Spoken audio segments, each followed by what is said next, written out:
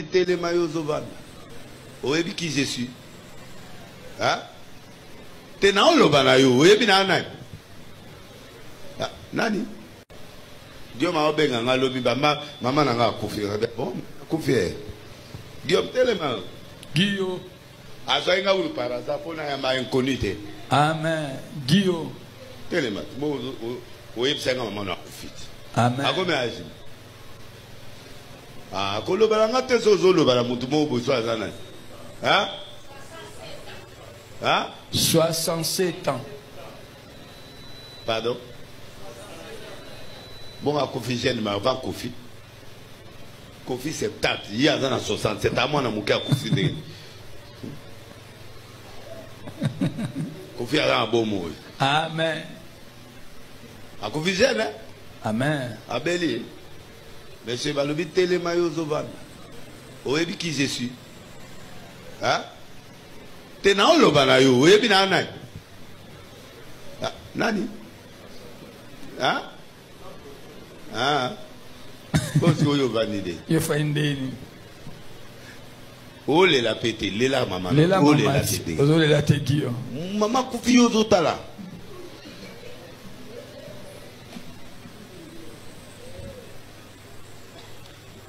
Que Dieu te bénisse. On va le pleurer, c'est notre sœur.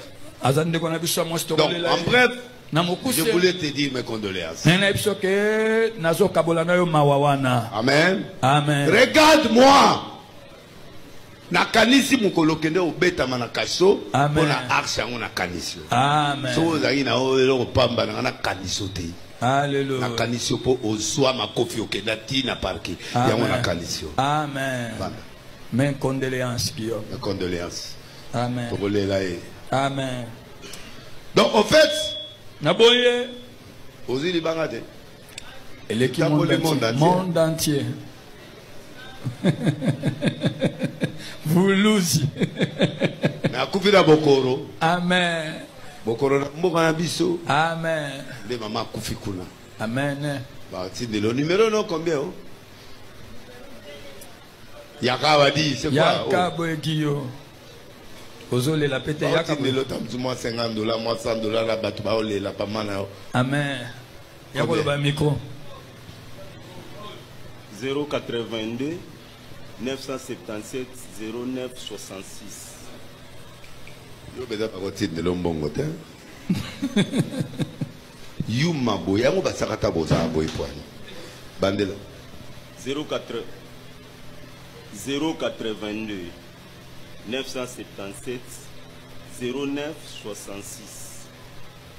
082 977 09 66. Bato balinganga. Amen. Bokoki papa eh. Yakakio. Oh. Bato présenter dans le monde entier. Comme tu n'as compris bon, au moins bateau balinganga, au balinga denile. Amen. Banayo, na minito. Bazaza, au moins na bangote me bazaza. Bazana simanayo. C'est le moins loco, batinde la moins loco que le maman. Amen. Ok. Au moins numéro yo pessoa.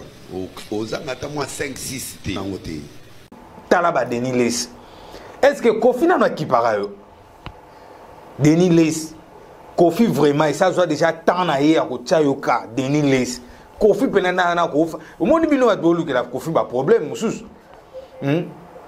Yo koto zolo bake yo le kay papa pimboma olobi denile nzama zola tsayo artiste moi munene atikali na mukolomikia ninga kufa ozoyo kaina solaliwa yo artiste mo zolo belanani Kofi ngana confirmer le batu baye ba soki lem so nga oke na onde tipona ko boya yo ozo confirmer na batu ke non ko fait ke na mukomika okufa est-ce que yo za prophète oyo ko banda o prophétiser pona batu bongo un vrai prophète est-ce que à cause à la oyo za ningi yo za boy talaka ba réaction en église tant la pena cher na ebité temple ni nango yo ya boy atakutu ba temple banganga un moko ezalaka na moi respect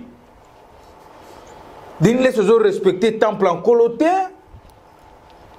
so kuto zalaka no atana ba marque zalaka no ba makio no zalaka no Simba TV Chakopa Maina TV mais là simba libumu sala boy so za ata na maki na wana o garder même ata ba standing ya ba tendance wana peut-être ngake bomba yo lelo pe no mo la tsabiso ke o yo zali donc faut donc o yo la tsabiso qualité o yo zali tant que prophète ou Denis o la tsabiso qualité ya ko mela masanga o la tsabiso ningini ba bimana basandumba ozo la tsabiso ningini ba kenda boîte ozo la tsabiso ningini faut zala boy talaka ka un pasteur comme toi un prophète comme toi Denis Lesi na âge nini tala lelo un prophète ozo comme un warrior ko banga Denis Lesi na âge yozo comme un warrior ils a raté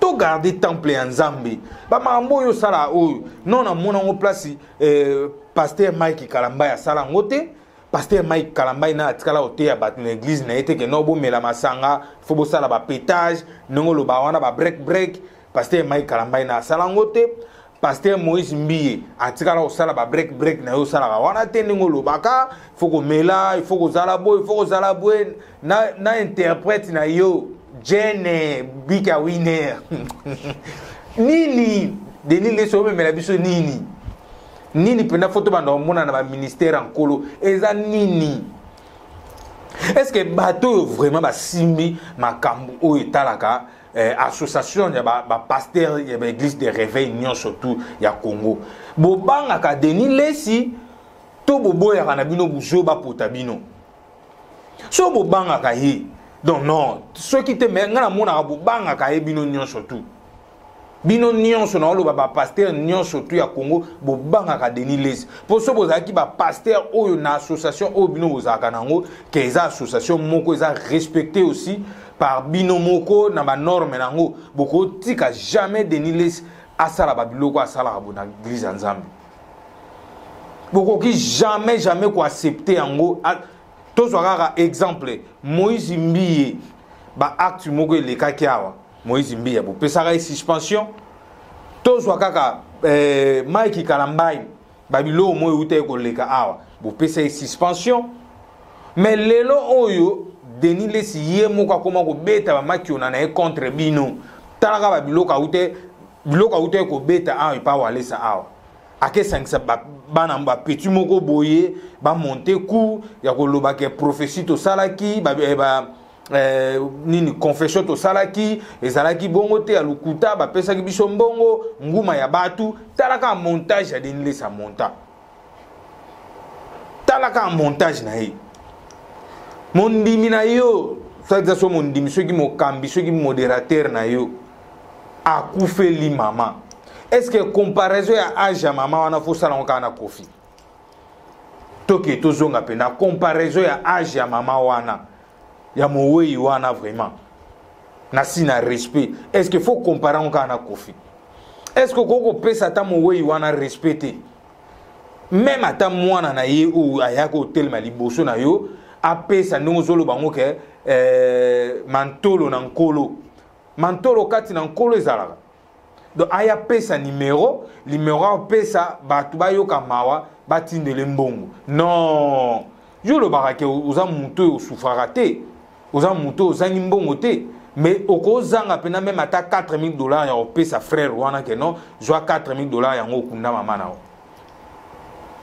en plus ozo reconnaître pe ke non c'est un frère oyo abunda pour na arche de Noé ba bete ma kofi à se retrouver na parquet ake makala conscience na yo interpeller yo na seconde ya koyeba directement ke ba action au frère wana sala mais lelo récompense oyo ko pesa na frère wana pona kokunda mama na ye yango ko yebisa ya pesa numéro bo beta mantolo kati na nkolo muta omona nango etala mama mokilimo bimba muta omona na tin te bongo te de neswana o moko sabatu wana za yango te so kabana yo to monike ozana moyen kutu ya ko pesa te loba na mutu directement ke no buina taka ba gazement zo sala mutu ndenge wana le muso za père de famille. C'est pas bien, et sa propreté, quel que soit cause à la père spirituelle, mais il faut avoir du respect. Il faut respect à la bagage maboui.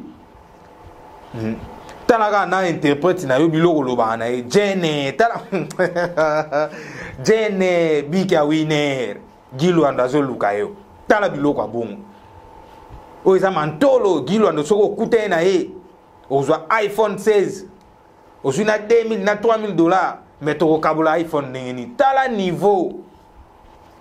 Tala niveau soi-disant un pasteur au prophète ça non. Denis Lesi donc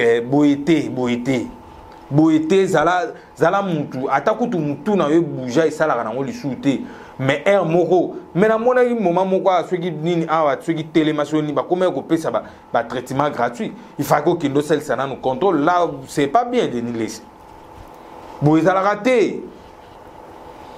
Tu peux imaginer ça mutu yo oyo yebana na monde na caché ya nani na caché un pasteur un prophète homme de nzondo ba yebela yo soko lobi nzondo receive nzondo mutu pas jouer en ngoka ya makiona na ndongo banda ko beta ba sero banda travailler na kisi bongo mutu pas jouer pas biki kana kisi lokuta ya après quelques jours azongi na yesu malade ata mwandambo wa respect na temple ya nkolo Denis Lesi association ya ba pasteur bozo tika makambo yo boye et se manifester pas Denis Lesi. Pourquoi ka bino ba pasteur bobanga Denis Lesi ndenge bobanga Denis c'est que Denis Lesi fanda kana ba matière na bino ya makam na bino ya mabeso pour cela omoni boboyaka ko traumatiser to ko lobela ye to ko talisa ye oyo ya zo sala po akobimisa bino na poisa c'est que ngana opesa Denis Lesi raison surtout zui batu ya société nin o Christian bo sembe so bo sembe